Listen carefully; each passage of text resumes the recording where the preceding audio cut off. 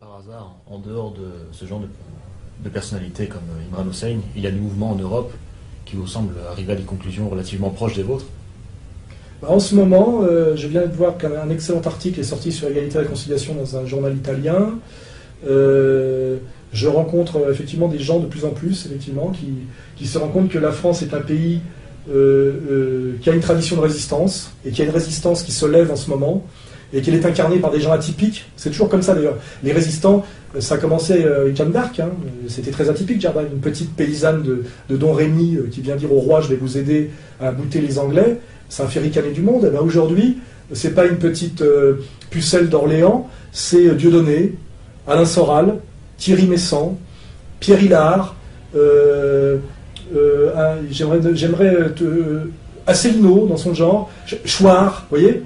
Donc il y a des laïcs de gauche, des profs d'économie, des anciens hauts fonctionnaires, des catholiques, des musulmans, des libertaires, des anciens punks. Vous voyez, ça fait penser un peu à l'armée de Spartacus. C'est un peu la révolte des esclaves contre l'oligarchie, dont je vais boucler par rapport au sujet du début, qui est ouvertement pour moi, qui est satanique aujourd'hui, l'oligarchie française, qui est satanique soit par pratique, soit par soumission, et que soit nous arriverons à la chasser du pouvoir, soit la France en crèvera, et notamment par ce projet de guerre civile qui s'appelle le choc de civilisation, qui est instrumentalisé chaque jour un peu plus, soit à très haut niveau, à mon avis, par les proches du pouvoir sarkozyste.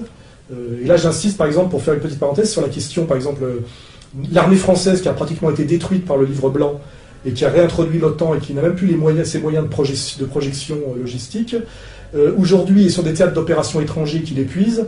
Il n'y a même pas les moyens en France, si un petit malin déclenchait une guerre civile interethnique en France en s'appuyant sur une instrumentalisation de dérapage en banlieue sur des bavures policières fabriquées et des émeutes manipulées. Il y a tout ce qu'il faut pour le faire.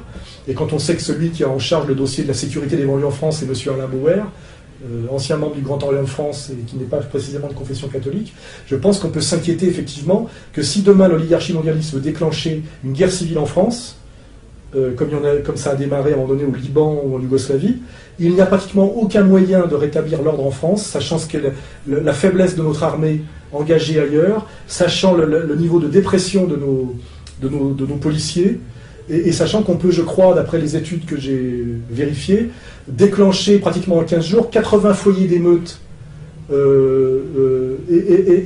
ethnico-sociales en France, pratiquement en 15 jours. C'est-à-dire la France est un pays terriblement en danger aujourd'hui et qui n'en a pas conscience, qu'on peut faire sombrer dans le chaos social, ethnique, très facilement. Et quand on sait qu'à la tête de l'appareil d'État français, au niveau de tous nos hauts cadres, je ne parle pas de la base, mais je parle à partir d'un certain niveau. Ce ne sont que des agents impériaux, puisque vous ne pouvez pas monter au-delà d'un certain niveau, ça s'appelle le plancher de verre, si vous n'êtes pas un agent impérial. On peut demain déclencher en France une opération de déstabilisation totale, y compris si l'oligarchie perd le pouvoir par les urnes. Vous voyez, si jamais l'oligarchie n'arrive pas à gagner le pouvoir par la séduction et la manipulation politique, elle pourra arriver en tout cas à ne pas perdre la partie totalement par le déclenchement du chaos. Et elle le fera. Hein. Et je pourrais aller encore plus loin dans l'analyse sur la sécurité, la manière dont on sécurise les aéroports, qui a gagné c'était des offres de marché, qui a gagné les contrats. Je pourrais aller beaucoup plus loin encore dans cette analyse. La France est un pays totalement à poil face à des opérations organisées de déstabilisation extérieure en s'appuyant effectivement sur l'intérieur. Et c'est là qu'on peut mieux comprendre tout ce vers quoi a mené les politiques absurdes d'immigration sauvage, d'antiracisme hystérique, à 2 vitesses, etc., menées depuis 30 ou 40 ans en France. Ça a mené en fait à un pays qui, en tant que peuple, en tant qu'État, en tant que conscience de soi, est totalement à la merci d'une étincelle de déstabilisation. Vous voyez, il faut comprendre ça. Nous sommes, comment il s'appelle, Jean Raspail avait écrit un bouquin assez intéressant sur comment s'appelle, le camp des Saints, où on voyait un pays détruit par une invasion extérieure. En réalité, je pense que même ça est naïf. Il n'y a même pas besoin de ça.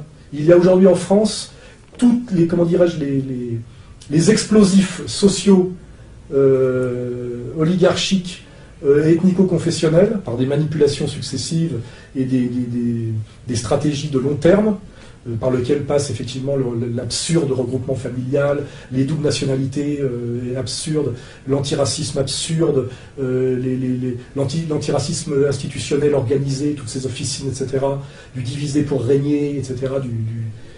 Il y a moyen de créer un chaos en France dès maintenant, hein, voilà, sans avoir besoin de faire rentrer plus personne de l'extérieur. C'est déjà entièrement, le théâtre est entièrement en place, et c'est sans doute cette carte qui sera jouée si jamais, malgré tout le sérieux de domination et de manipulation, Marine Le Pen arrive au deuxième tour, parce que je pense qu'il est pratiquement certain, si ça continue comme ça, qu'elle sera au deuxième tour et qu'elle sera première du premier tour, mais en imaginant que même si elle gagnait les élections, on aurait une situation à peu près identique à ce qui s'est passé quand le fils a gagné le premier tour des élections en Algérie dans les années 90. Le pays serait entièrement déstabilisé de l'intérieur par du social et de l'ethnico-religieux de A à Z. Le pays serait plongé dans le chaos.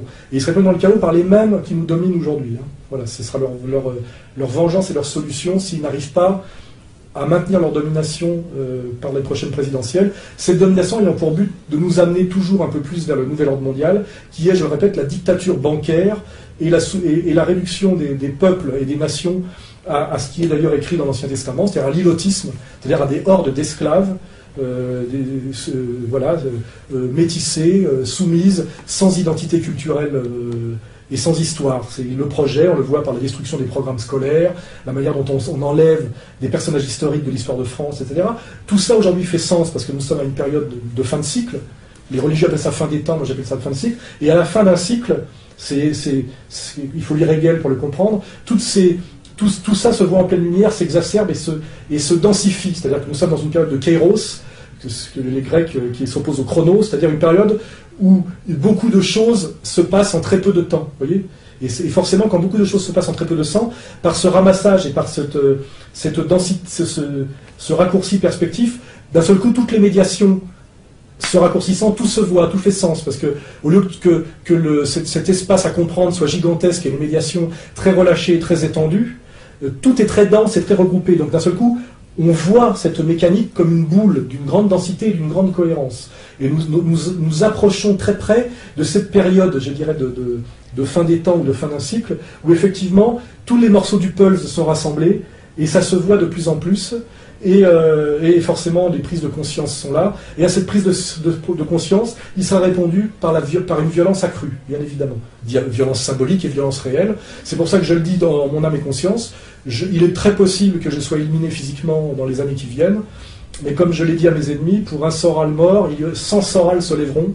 Et ça sera ma victoire posthume. Voilà, si je peux finir là-dessus. Président, merci beaucoup. Et longue vie à Vert. Merci à vous.